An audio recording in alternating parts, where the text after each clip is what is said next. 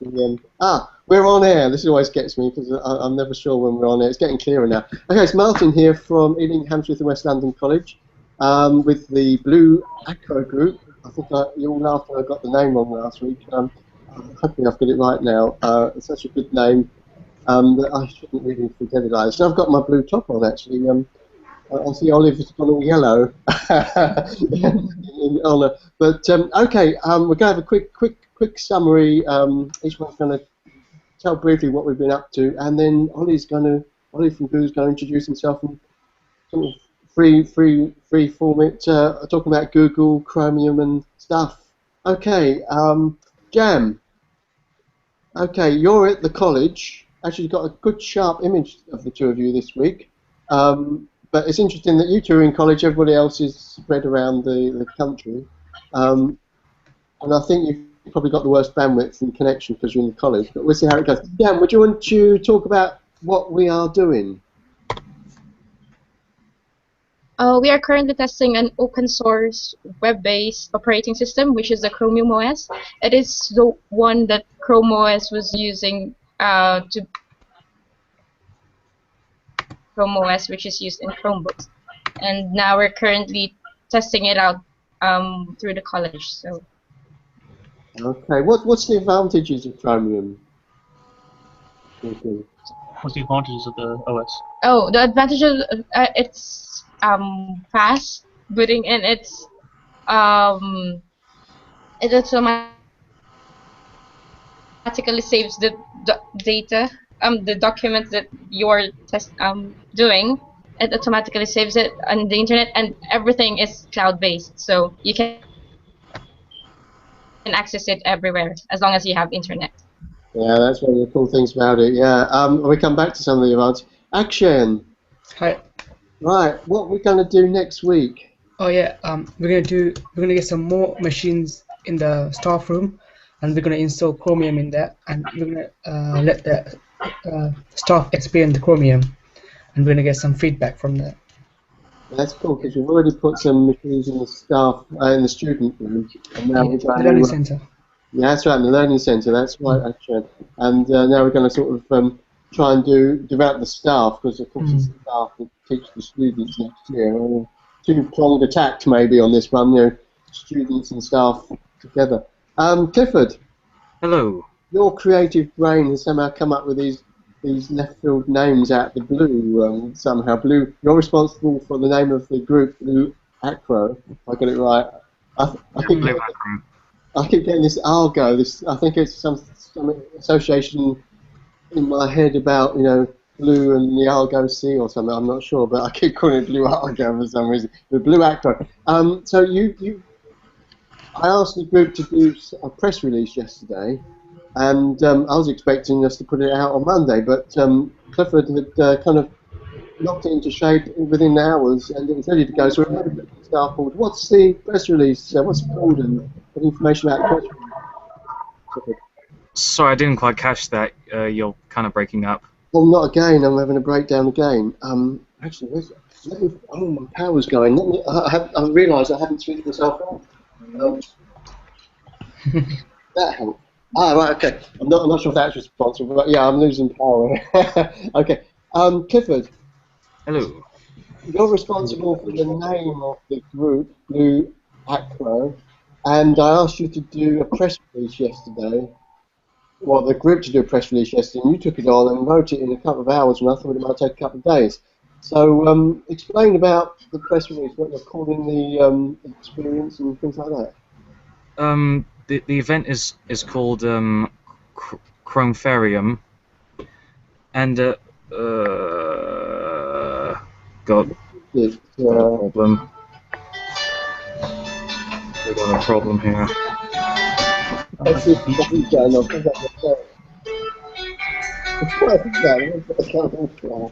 Hello.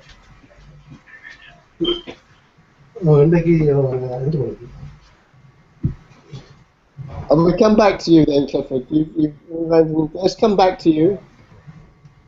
Are you alright? Yeah, I'm just having a bit of problems here. Don't worry, I'll sort it out later. Technical problems with some other device in your room, by the sound of it. So, Chromefarium, what? When is it? Where is it? And what we're going to be doing? Chromefarium will take place in the Hammersmith campus, and oh god, What day? I'm stuck. Oh, Yeah. I know. You're working a different way because you come up with the creative juices, don't you? You come up with the names. I don't know. You have one of these brains that sort of connects things together in a different way to other people, and some very creative ideas.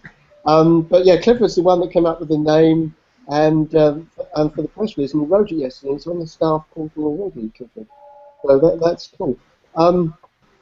Right, Amit, before we get to Oliver, who's changing car by the minute, and has been waiting patiently. Amit, Yeah. do you want to describe? Amit's just joined us this week. So we started with 2, now we've got 4. I kept thinking this is almost like an open source project where people can come and join and stuff.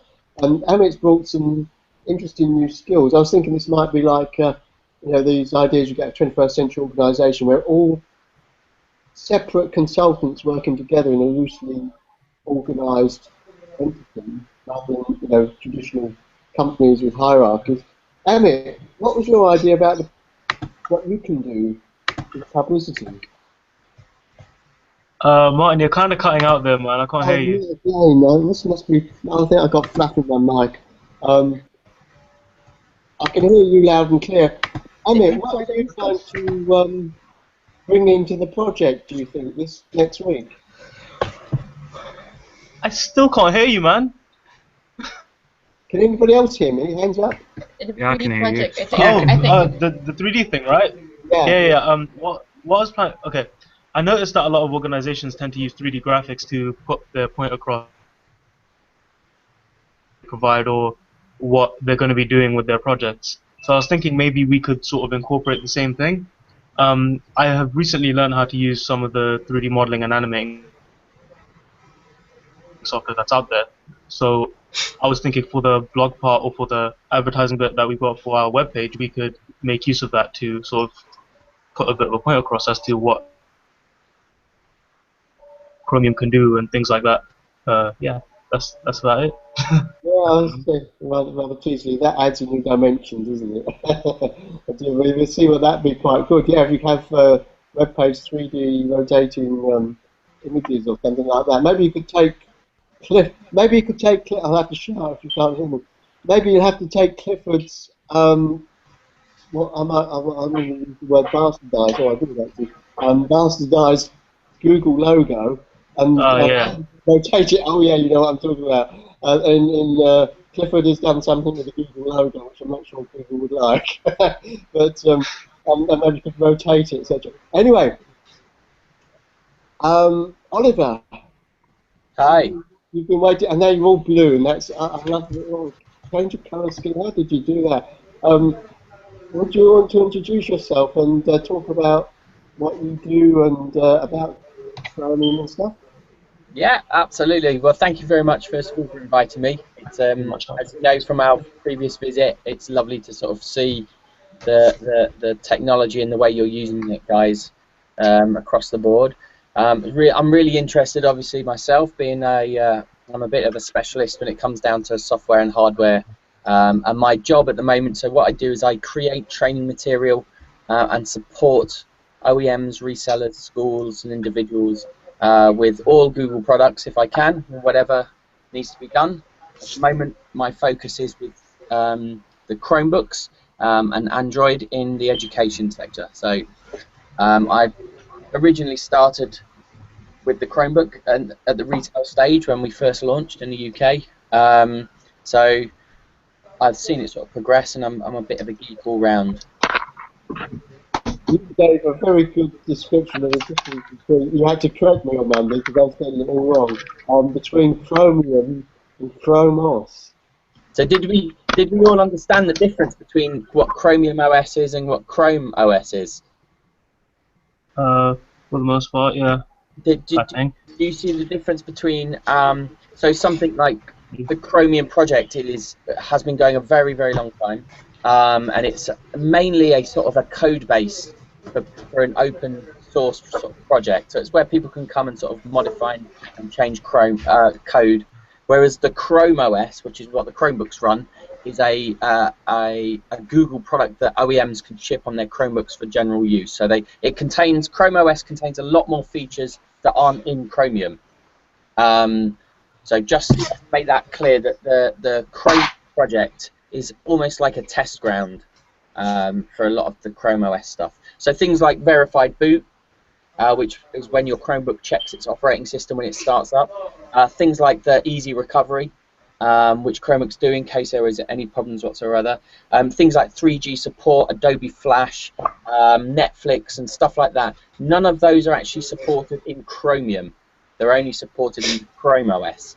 And there's talk about like WebRTC and stuff like that coming over into Chromium, but at the moment that has to be reserved for the ChromeOS. So it's a very, very interesting operating system you guys are working with. And as you know, I'm very excited to hear how it all goes. So I guess it's sort of like a little 101 in Chrome and ChromeOS. I can't really talk to you about Chromium because obviously it's a test ground. It's an open platform and will change as we're speaking. But ChromeOS and Chromebooks, which is what sort of come from those, they're kind of like the finished project, if you like, and what the developers were aiming for. And every so often we'll get things brought over from the Chromium project and put into ChromeOS. And obviously ChromeOS is also supported not just by Google, but by all Google's partners as well. So you get that benefit as well. So things like the auto-updating within ChromeOS, the idea behind the operating system was to make it sort of quick. We call it speedy, we call it simple, and we call it secure. It's probably the quickest operating system because it's continually quick. It's quick after 18 months as well. It's probably the simplest because you don't have to do anything to it. It updates itself. It's always fresh. It's always new. And you don't need to worry about things like installing programs and making sure your registry is here and defragging disks. It doesn't require any of that anymore. And we've moved all that to one side and dealt with it in a very sort of intelligent way. We've also added a higher level of security than you've probably ever seen before on most operating systems, coming from the hardware side as well. So the fact you won't need a virus program of any kind because nothing ever gets installed on the machine. That's where most of your problems will come. Your slowdown will come from there, your fragmentation will come from there, and also your problems with viruses will come from there as well. So the operating system doesn't rely on programs inside the OS, it relies on web applications. These are simply web pages that do stuff, and you'll probably view some of these if you think about things like Facebook or YouTube. They're not on your device, they're all up in the cloud. And that's where they stay, and they function better up there because you can hold more data, it's quicker to access, and it's much safer because you're not bringing stuff down. So again, adding on that level of security, because nothing's on the device, it doesn't really matter if the device is lost or stolen or broken. There's nothing on it to lose or steal or break. And you can simply move and log into another device of any kind you wish and see all your stuff. And as mentioned earlier on, we're talking about working in the cloud, which makes your stuff always accessible everywhere you go. Rather like your email, you can access it on your mobile phone and you can access it on your computer. That's not because it's on both, it's because it's on neither, and they both connect to where it should be. So it's a very unique way of working. We've sort of flipped the PC world on its head, if you like, and started to work in a more sensible way. So that's kind of where I am. I've been looking forward to hearing on a weekly or maybe monthly basis of how Martin's been getting on with his team. Have you got any questions? Actually, anybody got any questions for Oliver about what he does, how he got to Google, what it's like to work with Google? Anybody? I could answer that for you if you want. The job is always varied, as you know. I kind of work along the same channel all the time, so I'll always be working with the EDU side, but I could be doing crazy things. One day I could be showing a group of kids around for a design idea. the next day I could be visiting the Netherlands and seeing how they're getting on over there. It could be working with new ideas like your guys and your projects that you're doing. And it could also be revisiting things that have come and things that have been accepted into our project. So it's a very unique and diverse role, and one that I didn't apply for. I was asked if I could do it. So it's a very interesting way of reinventing the industry. But I will point out I'm a through and through geek. So it's kind of like a dream job, if you like. Yeah, that's it. What are you doing today, then, Oliver? You're also doing this. What's your day today? What's my day today? So already I've set up an imaginary classroom, if you like, and taken the imaginary classroom through the management console steps. So this is in anticipation of maybe producing some regular webinars that I'll be hosting on a weekly basis to take people through the fundamentals of Chrome and its benefits and Chromebooks, and then through into the Google Apps for Education section, and then also further on to management and how they sort of manage their devices and their fleets of devices. So it's been quite an interesting morning so far. Speaking to a rows and rows and rows of computers, and no real people there at all. Oh, right, so you've got some real people here. It's, okay, Always a pleasure. Where are you? Are you at home or are you at Google? Or? No, I'm at work. I'm in the office, or one of the offices. I'm in what I think it's called Bluebell, which is a little room, a little booth, that allows me to video conference with people. Oh, yes. See? And out there is our office. Oh, yes. People working. Wow. Hopefully they're all on ChromeOS. They're back there. Are you at Victoria or at King's Cross? I'm at Tottenham Court Road. Oh yeah, the Tottenham Court Road. That's right. And I know that's you haven't moved into King's Cross yet, have you? That's good. Not yet, no. All right, that's cool. Thanks. I'm not always in the office, as you know. Very rarely I'm in the office. We must have a hangout soon with the guys. It was interesting last week. Last week was just Wednesday actually. We had a hangout, and Jan joined the hangout. She hadn't got into college yet. She was using her smartphone. She was sitting in the reception on her 3G, and she actually got a better deal than she did when she got into college using the college Wi-Fi. I'm always worried about because they are using the guest network, and there's a load of protocol restrictions on the guest network. Hangouts uses strange. Is that you? Who's that? Anyway, never mind. Uses some strange protocol conventions that we normally block for security. So we've done our best to open those up. I'm not always convinced it's going to work on the guest network. So it's actually pretty impressive. Thanks, Jan and Amit, for using the guest network at the college. So that pretty much. It's cool anytime, man. Yeah, that's cool. We're interested to see what we get on with next week. It's kind of expanding a bit faster than I thought because we're already on to the staff one. We've just got to get more machines. One thing I like, Ollie, about Chromium is which we haven't talked about yet, and I think Amit came up with the idea of, what was that? Not the Chromium Chronicles, the restoration, the restoration age. Maybe it's called a Renaissance age, but it's bringing old equipment back, the green agenda. You know, welcome back, old XP friend, but now you're faster and quicker and more secure, running on Chromium. It's one thing ChromeOS won't do for you, but I think that's a really nice. It's definitely a very romantic sort of scenario to make because as our old technology becomes almost obsolete due to its previous operating system owner, it can be revamped and revitalized with these newer operating systems. I totally agree with that. I think it's a lovely way to put it. You must always keep your feet on the ground with this, though, and the idea of having it a nice, free and all happy environment can only be achieved at the moment through verified versions of the operating system. Again, I come back to it. I've loved Chromium, and I've been using it. I haven't used it for maybe 2 years now, but I had Chromium when it was an original project, and it's a great device. But remember, it's not an official Google product in any way. We don't endorse it in any way. We just support it. And things like security are not 100% on that device, on that operating system.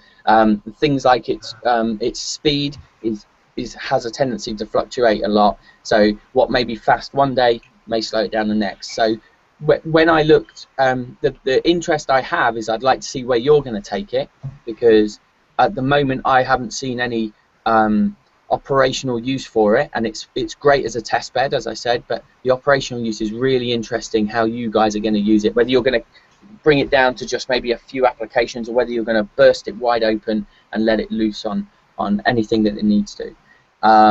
So when we talk about, even when you regenerate your old devices, when you bring those back to life, the Chrome, the sort of marriage between the OS and the hardware is such an important one. And just because an operating system works on a certain device does not mean it's optimized to run on that. So where you might see definitely with ChromeOS and Chromebooks, but also with Apple and OS X, their devices use hardware specifically for the operating system, because the optimization that can be had through using certain memory DIMMs maybe, or certain graphics cards, or certain motherboards, all of that adds to the security and the speed and efficiency of the device. So we can put Windows on a Mac, and we can put OS X on a PC. However, they don't run anywhere near at the speeds or levels that they should do. What we might do, Oliver, because the ideas of this evolve all the time, we might try and write drivers for ChromeOS. I'm not sure if we can involve the IT students there. I've certainly got at least one really good programmer in my team that may help support the project by writing drivers for and feeding back into the open source project themselves. But it'd be quite nice thing for the IT students to do is to write the drivers for the hardware. We found some versions of hardware where it works really quite nicely. I can ask you, on the restoration thing, have you had any experience of the Google Motorola phone? Sorry, the what? The Motorola phone is, I can't remember what you call it, but Google's phone that is modular. And, I know what you mean, yeah. You can see parts of it. And maybe the idea here, we're talking about the Chromium, reusing old bits and stuff like that. I quite like the idea of that phone, where maybe you don't have to keep buying like your 50 megapixel. What was it? What was your phone? An Oppo. Oppo, 50 megapixel Oppo. Maybe that's the trouble. That's all integrated, these things. Maybe you could I'll just have another camera and a CPU and upgrade my camera from 50 megapixels to 100 megapixels. Have you had any experience of that? I believe is it Project Ari that you're thinking of? I can't remember the name of it. No. Well, what it is there's an initiative, project. It's called Project Ari. It's it's basically to provide an endoskeleton for a smartphone, and then you can replace that with modular parts if you wanted to. So the idea of you being able to change the camera or the processor, that's something that's coming in. I think it's a great idea. I think it's going to revolutionise the phone world anyway, because obviously so many people want certain types of phones. Not everyone wants a top-end phone, but and most people and some people want the top-end phone. So yeah, it gives you just that huge amount of choice. Again, I've not seen any of that, so I can't really comment on you on that at all. But yeah, it just seemed relevant to what we're thinking about with this project. That maybe you don't want your 50 megapixel camera item, so I'll have that, and you buy yourself a new 100 megapixel. Wonder who's going to be first to 100 megapixels. I just had an idea. Oh, sorry, Oliver, you've done. No, no, no. I was going to say, I mean, the concept behind it, it has similar sort of traits to where you want to go with your computing. However, you will notice that with the Project Ara, the components will be optimized to work with Android, and they'll be and Android vice versa will be optimized to work with just those components. So even though you provide different speeds or different apertures or different megapixels, they'll all be from one manufacturer. So whereas the experiment you guys are doing, where you're actually taking certain different types of technology and trying it out with an operating system across the board, this will be a very it'll obviously be very optimized, and it'll also be very in key and in line, because obviously you don't want to buy the wrong DIMM of memory and your phone doesn't work. It's the point of it is still it gives you the choice. Of how big or how small you want to be, but it also keeps you going with that security and that stability, and obviously that speed as well. It'd be pretty interesting if that project works with Firefox OS. Firefox. Do you know about the? Have you? I suppose I shouldn't be talking about this. The other things do just. Have you seen the Firefox phone project? Yeah, I mean, I haven't seen it in front of me yet. I'm not sure how it's going. I know it came out on a phone or maybe two phones, but yeah, I think the idea between multiple operating systems being out there. Remember, they're still built on the same technology that's already out there at the moment. None of them are actually breaking any ground at the moment. They're just using what has been created and jumping up. But they're all potentially great products. Oh. Okay. Just click into this. I was going to say, sorry. It's interesting as Google get in. The way I characterised what's going on a few years ago is Google were descending from the clouds, and Microsoft is trying to rise up from the earth. And it's interesting as Google get far more involved with hardware, how the narrative changes a little bit. But once upon a time, Google didn't really care about hardware at all. You were just software. You only had, Chrome as the browser, and it would run on anything. But now you're getting very, very, I wouldn't say traditional, but you're getting very picky about, getting very much like Apple, it sounds to me, about, verified code, verified hardware, a bit like we used to see probably in the 90s at least, when we had Intel and Microsoft stickers on hardware, to make sure it was all safe, as it were. And I'm just interested. A lot of people, I've seen that in the industry and in the news, and the comments from IT journalists talking about how Google are now. They've been talking about software eating the world, haven't they? Software eating hardware. And now, so I've got this imagery of like Google's got, the hardware stuck in its mouth in a way. You've got the watch, you've got the Chrome books, you've got Chrome blocks, and you've got the Google Glass. You're reaching out from the software into the hardware, and you've got the problems that you've always had with the hardware, that Microsoft used to have in the 90s, with verified drivers and stuff like that. So I remember the abstraction layers that were put in to try and you didn't put so much to the specific device, but you talk to an abstraction layer more. Anyway, I waffle and digress. But it just struck me. A lot of the things you were saying, Oliver, were about the verified platforms, which is very true. Google, well, it's not a verified platform so much as a verified boot, which is a feature of a device, really. I mean, I can't speak for Google. I don't know where they'll be going. But what I can say, I suppose, is that this is not. If you look at when you talked about all those different devices, they're not built by Google.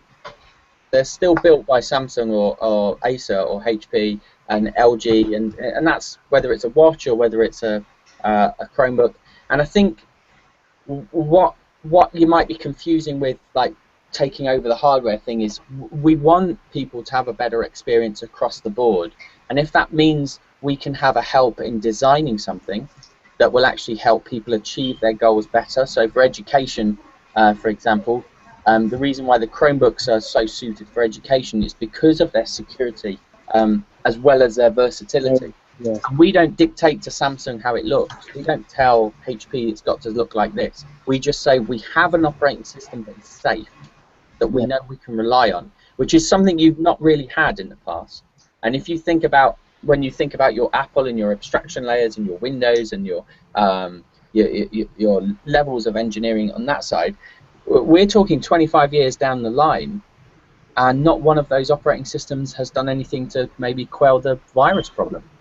That's where you look at Google taking a stance, and there's nothing. I think that's great, and hopefully, I mean, we talk about Microsoft working their way up. Well, not really. They've had Hotmail for a long time. That's always been cloud-based.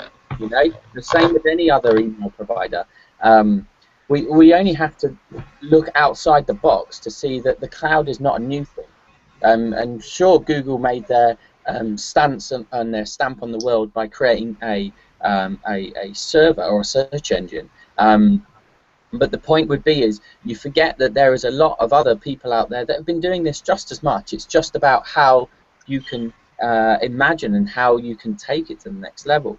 So people like Linux or having Linux servers, these are big things across the world that are used all the time. It's not just down to one. We get too blindfolded by what we don't like, and that's the problem. So if you don't like something, you remember it too much, and then you try not to do the same again. However, the history repeating itself. I keep thinking. So I'm going to go on Linux. It was interesting to see that Linux. So what I was reading the other day, Linux is now responsible for 95% of the world's fastest computers. And strangely, on that news story, there was Google Cloud data secret. I'm not sure where that fits in. Yeah. But, I mean, there's places to be with all of this, and it's I think when we look at how things are evolving, I'm excited. I can't wait to see what happens next. I just had an idea, Rose, a couple of minutes ago. Amit and Jan. Yeah. Yeah. You're still there.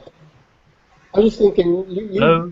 you've been, oh, you can't hear me very well. I'll try and shout. You've been Okay. using, can you hear me? Yeah. Just barely. All right. You've been using Raspberry Pi.